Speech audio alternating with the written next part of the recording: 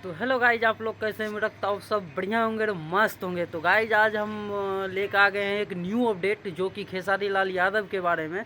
तो गाइज आज वीडियो में बने रहिएगा और लास्ट तक देखिएगा कि मैं किस चीज़ का, कोई गाने को प्रमोशन करने नहीं आया हूँ, बल्कि आया हूँ एक फिल्म के बारे में बोलने के लिए, जो कि अपने ट्रेंडिंग स्टार खेसारी लाल यादव जी को एक संघर्ष 2 मूवी आ रहा है जो कि आज ही रिलीज होने वाला था। और ये फिल्म बहुत ज़बरदस्त है और पूरे भोजपुरी से हट के है।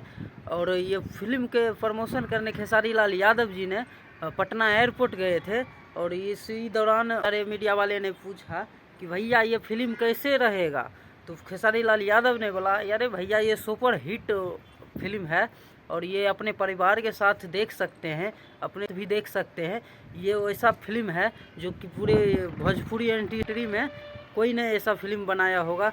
वो हमारे ट्रेंडिंग स्टार खेसारी लाल यादव जी ने बना के दिखा दिया। और इस फिल्म को जाके आप लोग जरूर देखिएगा।